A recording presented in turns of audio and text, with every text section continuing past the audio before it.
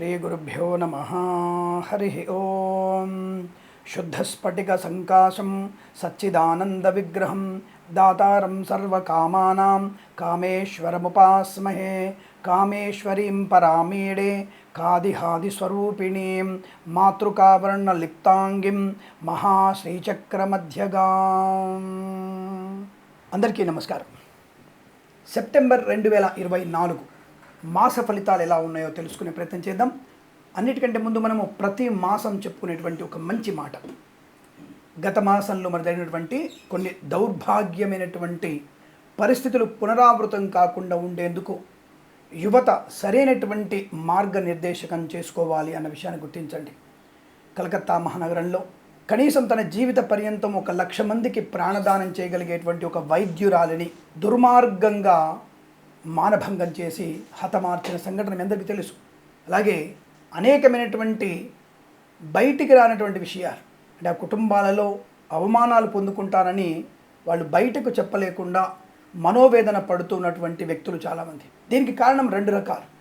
ఒకటి స్వయంకృత అపరాధాలు, ముఖ్యంగా స్త్రీలలో ఉన్నటువంటి స్వేచ్ఛా సంబంధమైనటువంటి విషయాల్లో తల్లిదండ్రుల యొక్క కన్నులు కప్పి వాళ్ళు చేసేటువంటి కొన్ని దుశ్చర్యలు, అనవసరమైనటువంటి ప్రేమ కలాపాలు, ఎవరిని పడితే వాళ్ళని నమ్మేటువంటి విషయం, ఇవన్నీ కూడా మనము అవగతం చేసుకోవాలి. మన పిల్లలు వెళ్ళేటువంటి మార్గాన్ని మనం తప్పకుండా సరిచేయాలి. వారు వెళ్తున్న మార్గాన్ని మనము చెక్ చేయాలి. రెండవది, ఈ యొక్క సనాతన ధర్మ ప్రకారంగా అటువంటివి రాకుండా ఏమైనా చేయవచ్చా అని అడిగితే, సుపరిపాలన కోసము యువతలో మంచి సద్బుద్ధి కొరకు ప్రతి శివాలయంలో కూడా 2 పనులు చేయాలి. ఒకటి లోక కళ్యాణ అభిషేకం, ముఖ్యంగా గోక్షీరము చేత, జలము చేత, బిల్వదళము చేత, అంటే బిల్వదళ జలము చేత మనము పరమేశ్వరుణ్ణి తప్పకుండా మనము అభిషేకం చేసినట్టయితే ఈ యొక్క దుర్భరమైనటువంటి ఇబ్బందుల నుంచి బయటపడే అవకాశం ఉంటుంది. దానికి యువతనే ప్రాధాన్యంగా ఉండాలి. గుడికే వెళ్తానులే అనుకోవడం తప్పు. ప్రతి వారము సోమవారం రోజున తప్పకుండా మీరు యువత అందరూ కలిసి, మీ కాలేజీ వెళ్తున్నారు కదా, మీ స్నేహితులందరూ కలిసి శివాలయానికి వెళ్ళి అభిషేకం చేయించండి. మీరు పొలో అంటూ పంచామృతాలు పోయమని చెప్పడం లేదు. ఆ దేవాలయానికి వెళ్ళి ఆ బ్రాహ్మణుడి చేత లోక కళ్యాణం కొరకు అభిషేకం చేయమని చెప్పండి. అక్కడ మీరందరూ కూడా శివనామస్మరణ జపం చేయండి. యువత సద్భావనతో ముందడుగు వేసే అవకాశం ఉంటుంది. అలాగే ఎప్పుడైతే యూనిటీగా ఉంటారు, ఎప్పుడైతే అందరూ కలిసి, ఇక్కడ చూడండి, ఇక్కడ ఆడవాళ్ళు మగవాళ్ళు కలిసి వెళ్ళవచ్చు. ఎందుకు? అది సత్సంగం. దుస్సంగం ఏది? ఎక్కడ? పబ్బులు, అలాగే మాదక ద్రవ్యాలు తీసుకునేది దుస్సంగత్యం. ఇది సత్సంగత్వం. దుస్సంగత్వం కన్నా సత్సంగత్వం మంచిది. కాబట్టి ఆ దుస్సంగత్వంలో ఉండకుండా సత్సంగత్వం అందరూ పాలు పంచుకొని ఇక్కడ అందరూ కలిసి, యువతి యువకులు కలిసి అభిషేకం చేసినట్టయితే ఈ యువతి యువకులలో ఒక మంచి సోదర భావన ఏర్పడుతుంది. ఇది సత్యం, ఇది మాత్రమే సత్యం, ఇది మాత్రమే నిత్యం. కళాశాల వెళ్తున్నారు, మీ కాలేజీ పక్కనే దేవాలయం ఉంటుంది, అరగంట ముందుగా వెళ్ళండి. అందరూ హాయిగా దేవాలయానికి వెళ్ళి బొట్టు పెట్టుకొని ఆ శివుడికి అభిషేకం చేయండి. మీలో, మీ అందరిలో మంచి సత్ప్రవర్తన ఏర్పడుతుంది, విద్యాభివృద్ధి ఏర్పడుతుంది, ప్రతి పరీక్షలో విజయం ప్రాప్తించుకుంటారు. ఈ యువతి యువకుల మధ్యలో తప్పుడు మార్గంలో కన్నా, తప్పుడు ఆలోచనల కన్నా సన్మార్గము, మంచి అనుకూలమైన అలవాట్లు ఏర్పడతాయి. మీలో ఐక్యతా భావం ఏర్పడుతుంది. మన భారతదేశానికి ఉపయోగపడేటువంటి యువత వృద్ధి చెందే అవకాశం ఉంటుంది. ఇది ఉపోద్ఘాతం అనుకోకండి. ఎక్కడైతే భగవన్నామం పడుతుందో అక్కడ అనుకూలవంతమైన సుఫలితాలు ఉంటాయి. రెండవది, అదే శివాలయంలో ఒక పావు గంట మీరు విష్ణు సహస్రనామ పారాయణ చేసిన వారికి సాయంకాల సమయంలో, సోమవారం ఉదయం అభిషేకం చేసుకొని కాలేజీకి వెళ్ళిపోండి. సరదాగా మీ కాలేజీకి వెళ్ళి అల్లరి చేయాలి, కానీ అల్లరి పాలు కాకుండా మీరు సరదాగా ఉండాలి. మీ జీవితం నాశనం అయిపోకుండా చూసుకునేటువంటి మార్గం మీరు వెతుక్కోవాలి. దీనికి తల్లిదండ్రులు కూడా ప్రోత్సహించాలి. ప్రతి సోమవారం పిల్లల్ని శివాలయానికి పంపించాలి. సాయంకాలం పూట విష్ణు సహస్రనామ పారాయణం చేయించే ప్రయత్నం చేయాలి.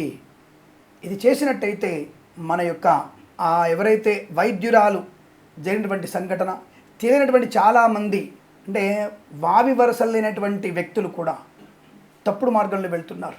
వాళ్ళకు కూడా సద్బుద్ధి కలిగి మంచి అనుకూలవంతమైనటువంటి భారతదేశ ఔన్నత్యం వృద్ధి పొందుతుంది. ధనధాన్య వృద్ధి ఉంటుంది. ప్రపంచంలో మొదటి స్థానానికి మనం ఆర్థికమైనటువంటి స్థిరమైన ఆర్థిక వ్యవస్థలో ఉన్న దేశంగా మనం ప్రప్రథ స్థానంలో ఉంటాం. వేరే దేశాల వాళ్ళకి మనం వీసా ఇచ్చేటువంటి స్థాయి రావాలి, వీసాని రిజెక్ట్ చేసే స్థాయికి మనం రావాలంటే మనం వైజ్ఞానికంగా, విద్యాపరంగా, వృత్తిపరంగా, శాస్త్రీయమైనటువంటి పరంగా, సనాతన ధర్మ మార్గ ప్రకారంగా మనం ఉన్నతంగా ఉండాలి. కాబట్టి అలా ఉండాలంటే ఈ చిన్న పని చేయండి, తప్పకుండా మీకు అనుకూలంగా ఉంటుంది. ఎక్కడెక్కడ చెడ్డ మాటలు, ఎక్కడెక్కడ చెడ్డ వ్యక్తులు, ఎక్కడెక్కడైనటువంటి తప్పుడు మార్గాలు ఉన్న వ్యక్తులు అక్కడ లక్ష్మీదేవి ఉండదు. అంటే ఇవన్నీ దృష్టిలో పెట్టుకొని మీరు తప్పనిసరిగా దేవాలయ సందర్శన, అభిషేకం, విష్ణు సహస్రనామం చేసిన వారికి అత్యంత అనుకూలవంతమైన శుభయోగాలు పొందుకోవచ్చును. ఇందులో సందేహం లేదు. తప్పకుండా చేద్దాం. ప్రతి వారం మనం శివాలయ సందర్శన, శుభం జరుగుతుంది అనే విషయం తెలియజేసుకుంటూ సర్వే జన సుఖినో భవంతు. ప్రేమతో మీ కిరణ్ శర్మ.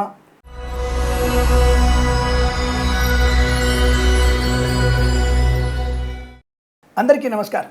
2024 సెప్టెంబర్ మాసంలో ధనుస్సు రాశి వారి ఫలితాలు ఎలా ఉన్నాయి? 1-2 వారాలు అనేక విజయాలు, ఆత్మస్థైర్యం, ధార్మిక చింతన, వస్తులాభము, వాహన యోగము, విద్యాలాభము, ఉద్యోగ లాభం, ఇలా ఏదనుకుంటే అది పూర్తవుతుంది. ధార్మికమైన సుమ అంటే మీరు ఎంత దానికి ఎలిజిబుల్ అంటే అంతవరకు అవుతుంది. మనం 10 రూపాయల టికెట్, ₹1,00,000 లాటరీ కోసం 10 రూపాయల టికెట్ కొని ఆ యొక్క ₹1,00,00,000 రాలేదు నాకు, అనుకున్నది వస్తాను కదా, నేను కలెక్టర్ గిరి అనుకున్నా, గవర్నర్ గిరి అనుకున్నా, నాకు అది గవర్నర్ గిరి రాలేదు, నేను అనుకున్నది కాలేదు కదా అనొద్దండి. మీ అర్హత ఎంతో దాన్ని బట్టే మీకు ప్రతిఫలం ఉంటుంది. అర్హత పెంచుకోవడానికి ఏం చేయాలి? మనం ఈ స్కూళ్ళు, కాలేజీల్లో చదువుతున్నాం కదా, 1వ తరగతి తర్వాత 2, 10 తర్వాత ఇంటర్మీడియట్, డిగ్రీ తర్వాత పిహెచ్డి, ఎలాగైతే మన ఎలిజిబిలిటీని సాధించుకుంటూ వెళ్తున్నామో అలాగే మనకి రావటువంటి ఆకస్మిక ధనము, సుఖము, సంతోషము, భగవత్ కృపాకటాక్షాలు, పుణ్యబలం అనేటువంటి త్రిబుల్ అంటే 5 అంటారు కదా, 5 6 పిహెచ్డి లాంటిది పొందుకోవాలంటే, పుణ్య ఫలితము అనేటువంటి డిగ్రీ సాధించాలంటే, పిహెచ్డి సాధించాలంటే తప్పకుండా మీరు ధాన్యదానము, ధనదానము, అన్నదానము, జపము, తపము, యజ్ఞము ఇది చేయాలి. ఇదే చేయాలంతే, ఇంకొకటి లేదు. అనవసరంగా దాంట్లోకి వెళ్తాను, దీంట్లోకి వెళ్తాను అనేది కరెక్ట్ కాదు. ఈ పుణ్యబలం అంటే ఇంతే. అలా అని చెప్పి రోజు మొత్తం కూడా నేను కూర్చొని గంట కొట్టి పూజ చేయమని చెప్పలేదు. ఆ గంట కొట్టి పూజ చేసేవాడు పంతులు గారు ఉన్నారు, ఆయన చేస్తాడు. మీరు కంపల్సరీగా మీ యొక్క 24 గంటల్లో గంట సేపు భగవంతుని కోసం మీరు ఆయన సేవ చేయండి. ఆ మంత్రాలతో తను కీర్తించండి, అభిషేకం చేయండి, తపస్సు చేయండి, మీ ఇష్టదేవ ప్రార్థన చేయండి, ధ్యానదానం చేయండి. ఇది కూడా సాధ్యం కాకపోతే నమస్కారం చేయండి. అది కూడా సాధ్యం కాకపోతే దుప్పటి కప్పి పడుకోండి. మీ పుణ్యబలం కూడా అక్కడే పడుకుంటుంది. అంతవరకే. మొదటి 2 వారాల్లో మీకు అత్యంత అనుకూలమైన ధన ధాన్య వృద్ధి, వ్యవహార లాభాలు. మిగిలిన 2 వారాలు, 3-4 వారాల్లో తీవ్రమైనటువంటి అనర్థాలు. మొదటి 2 వారాల్లో ఎంత ఆనందంగా పైకి లేచారో 2వ వారంలో అంతకంటే ఘోరమైనటువంటి ప్రమాదంలో పడే అవకాశం. ఏమిటండి? మునగ చెట్టు ఎక్కించారు, మళ్ళీ టక్కన కూలగొట్టారు, మమ్మల్ని కింద పడేశారు అనుకోకండి. అంటే మొదటి 2 వారాల్లో అద్భుతమైనటువంటి ప్రయోజనాన్ని పొందిన వాళ్ళు 3-4 వారాల్లో పడతారని రూల్ ఏం లేదండి. ఒకళ్ళకి అద్భుతమైన ప్రయోజనాలు, ఒకళ్ళకి డౌన్ఫాల్ గురే అవకాశం. డౌన్ఫాల్ అవుతున్నారంటే అర్థం ఏమిటి? ఎక్కడో మీరు పొరపాటు చేస్తున్నారు, సరైన నిర్ణయం తీసుకోవడం లేదు, పెద్దల్ని ఎదిరిస్తున్నారు, తప్పుడు మార్గంలో వెళ్తున్నారు అని అనేక రకాల స్థితిని మీరు తెలుసుకోవాలి. 3వ వారంలో ముఖ్యంగా తీవ్రమైనటువంటి అనారోగ్యాలు, ఆర్థిక నష్టాలు, వాహన ప్రమాదాలు. 4వ వారంలో వ్యాపార నష్టం, ఉద్యోగ భంగం, అయిన వారి నుంచి నిందారోపణలు, అల్పమైన నయా పైసకు కొనరానటువంటి, నయా పైసకు కూడా కొరగానిది, దానితో కూడా విలువైనది కానిది ప్రేమ కలాపాల్లో మునిగి తేలడం, అది ప్రమాదంలో నెట్టివేస్తుంది. మీరు ఇచ్చిపుచ్చుకునేటువంటి వీడియో కాల్స్, అలాగే ఫోటోలు మీకు ప్రమాదాన్ని కలిగిస్తాయి. కుటుంబ పరువు బజారున పడే అవకాశం ఉంటుంది. ఏంటంటే భయపెడుతున్నారు ఇలా, మీరు ఇలా జరుగుతుంది అంటే అర్థం ఏమిటి? జాగ్రత్తగా ఉండే అర్థం. 150 కిలోమీటర్ స్పీడ్ నీ బండి వెళ్తోంది, ఎదురుగా స్పీడ్ బ్రేకర్లు ఉన్నాయి, టర్నింగ్ అని చెప్పేసి సైన్ బోర్డు వచ్చింది, సూచిక ఒకటి కనపడింది మీకు బోర్డు మీద. అర్థం ఏమిటి? ఈ ఆర్ఎన్బి ఓడో లేకపోతే రోడ్డు కాంట్రాక్టర్లో, రవాణా శాఖ మంత్రో మిమ్మల్ని భయపెడుతున్నట్ట కాదు కదా. ముందర వంపు తిరిగి ఉంది దారి, స్పీడ్ బ్రేకర్లు ఉన్నాయి, కాబట్టి జాగ్రత్తగా వెళ్ళమని సూచన. అదే విషయాన్ని ఇక్కడ జ్యోతిష్ శాస్త్రం చెప్పబడుతోంది. పలాని మాసంలో, పలాని 3వ వారంలో, పలాని సెప్టెంబర్ మాసంలో, 4వ వారంలో మీకు ఇబ్బంది కలిగే అవకాశం ఉంది, జాగ్రత్త పడండి. జాగ్రత్త అంటే ఏమిటి స్వామి? మౌనము, అతిగా తినకపోవడము, పెద్దలు చెప్పిన మాట వినడము, సమంజసమైన మాటలు మాట్లాడడము, అనవసర వ్యక్తిగత జీవితాల్లోకి వెళ్ళకపోవడం, వ్యక్తిగత జీవితంలోకి ఎవరిని ఆహ్వానించకపోవడం, మీ పరీక్షలు మీరే రాయడం, మద్యపాన సేవన చేయకపోవడం, లంచాలు తీసుకోకపోవడం, ఇవి సూచన అంటే ఇదే.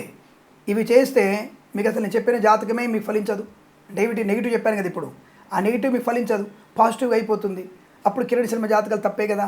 అలా తప్పబలానే మా ప్రయత్నం. అందుకే సూచిస్తున్నాం, ఇలా ఉంది జాగ్రత్త, మారావనుకో హాయిగా నీ దారి సుగమం, ఆనందకరంగా ఉంటావు, నీ జ్యోతిష ప్రకారంగా నీ ప్రయాణం అద్భుతంగా ఉండబోతోంది అని తెలుసుకునే ప్రయత్నం చేయండి తప్ప, అయ్యో ఇలా చెప్పగానే భయపడిపోయి నాకు రోగం అని చెప్పావు, నన్ను ఇబ్బంది పెట్టావు, నేను ఇక్కడ ఇబ్బంది పెట్టాను, నీ పేరు పెట్టి నువ్వు చస్తావు అని చెప్పానా, నీ పేరు పెట్టి నువ్వు మద్దు కొడతావు అని చెప్పానా, ఇలా ఈ రాశి వారికి ఎటువంటి సూచనలు ఉన్నాయి, జాగ్రత్తగా ఉండాలి, అది అర్థం చేసుకునే ప్రయత్నం చేయాలి తప్ప, నీ వల్ల చాలామంది భ్రమలు పడ్డారు. ఒక మధ్య ఇన్స్టాగ్రామ్లో ఒకటి పేరు పెట్టుకున్నాడు MM2UU అని.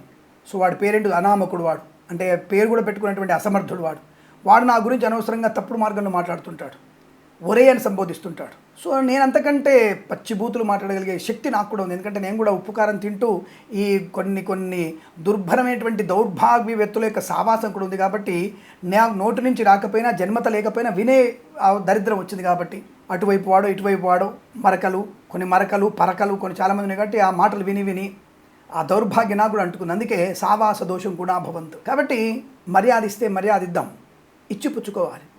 మీరు అంటే నేను మీరు అంటా, నువ్వు అంటే నువ్వు అంటా. తప్పుగా మాట్లాడితే అంతకు రెట్టించి తప్పు మాట్లాడేటువంటి ప్రయత్నం చేస్తాను తప్ప వదిలిపెట్టను ఎవరిని కూడా. నాకు అడ్రస్ ఉంది, నేను చదివేస్తాను, అడ్రస్ ఉంది నాకు అని చెప్తాను. ఆ విధవ ఎవడికో వాడు చెప్పాను నేను, ఒరే నువ్వు 22MU అనే పేరు పెట్టుకున్నావు, అనామకుడివి, నా అడ్రస్ గూగుల్లో కొట్టి వచ్చేస్తుంది, కిరణ్ శర్మ ఆస్ట్రాలజీ అంటే నా అడ్రస్ వచ్చేస్తుంది, అంటే నాకు అడ్రస్ ఉంది, మరి నీకు తెలుసుకోమని చెప్తాను. సరే, ప్రస్తాంశంలో అటువంటి దౌర్భాగ్య కామెంట్స్ కూడా చేస్తుంటారు.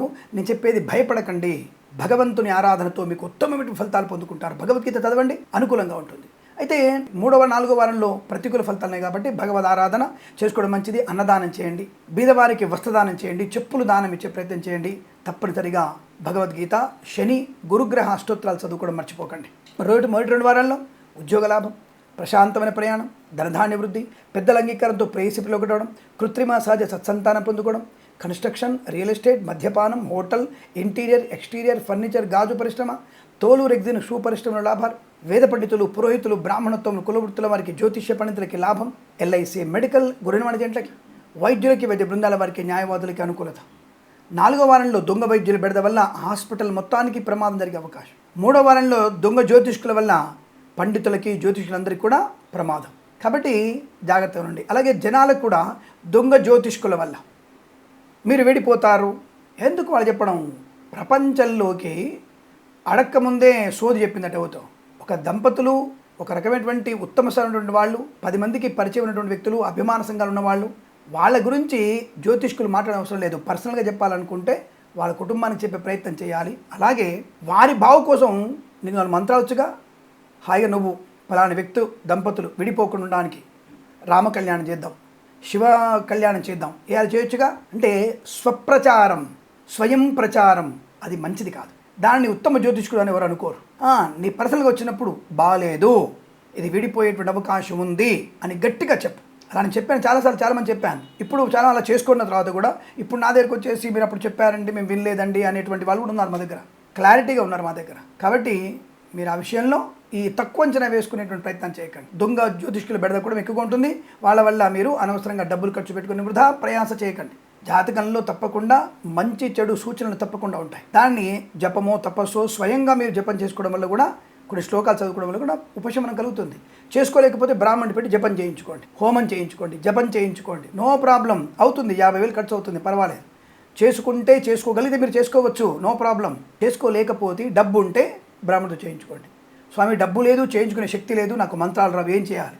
దేవాలయానికి వెళ్ళండి, స్వామివారికి 11 ప్రదక్షిణలు చేయండి, తప్పకుండా అనుకూలంగా ఉంటుంది. ఇది కూడా సాధ్యం కాదా? కాబట్టి సాధ్యమవుతుంది. కానీ మనం బద్ధకం, స్వధర్మం అనేటువంటి అపోహలు ఉన్నాం. మనం సనాతన ధర్మం మనల్ని ఏం చేస్తుంది అనుకుంటున్నాం. మన ధర్మాన్ని పాటించకపోతే పరధర్మాలు మనల్ని ప్రమాదంలో పడేస్తాయి. కాబట్టి నువ్వు దేవాలయానికి వెళ్ళు, స్వామివారి ఆరాధన చేయండి, తప్పకుండా మీకు అనుకూలవంతమైన శుభయోగాలు ఉంటాయి. కాబట్టి మొదటి 2 వారాల్లో మీకు అద్భుతమైనటువంటి శుభయోగాలు, పండితులకి, పామరులకి అనుకూలమైన శుభయోగం, వస్తులాభం, వివాహ యోగం, ధనయోగం, తప్పకుండా అనుకున్నటువంటి కార్యసిద్ధి. మొదటి 2 వారాల్లో ప్రభుత్వ ప్రవేశం, ఉద్యోగ లాభం, విద్యార్థికి అనుకూలత, రైతన్నలకి పంట లాభం, పూలు పళ్ళు కూరలు పండించే వారికి లాభాలు, విశేషమైనటువంటి రాజకీయ లబ్ధి, సినిమా రంగంలో వ్యాపార వృద్ధి, కళాకారుల క్రీడా లాభాలు పొందుకోవడం, boutiques, beauty parlour, bamboo depot, బాణచిగిన లాభాలు, సోషల్ మీడియా, జర్నలిస్టుల వారికి అనుకూలత. 2 వారాల్లో చాలా మంచి అనుకూలత. మీ 2 వారాలు చాలా మౌనంగా ఉంటూ భగవత్ కృపాకటాక్షాలు పొందుకునేటువంటి ప్రయత్నం చేయండి. ఏదైనా శుభకార్యం, శుభ వ్యాపారం, వివాహ సంబంధ చర్చలు ఏమైనా ఉంటే మొదటి 2 వారాలు ఏర్పాటు చేసుకొని మిగిలిన 2 వారాల్లో మౌనంగా ప్రశాంతంగా ఉండే ప్రయత్నం చేయండి. విద్యార్థులకి మొదటి వారంలోనే సంపూర్ణటువంటి విద్యాభివృద్ధి బ్రహ్మాండంగా, అన్ని రకాల పరీక్షల్లో విజయం సాధించగలిగే అవకాశాలు, ప్రభుత్వ ప్రైవేట్ సంస్థల ఉద్యోగ లాభాన్ని పొందుకునే శుభయోగంగా చెప్పవచ్చు. ఈ మాసం ప్రతి మాసం కూడా మీకు అష్టైశ్వర్య ప్రాప్తి పొందాలని కోరుకుంటూ సర్వే జనా సుఖినో భవంతు. స్వస్తి ప్రజాభ్య పరిపాలయంతాం న్యాయేన మార్గేణ మహిమహేషాః. గోబ్రాహ్మణేభ్యః శుభమస్తు నిత్యం. లోకా సమస్తా సుఖినో భవంతు.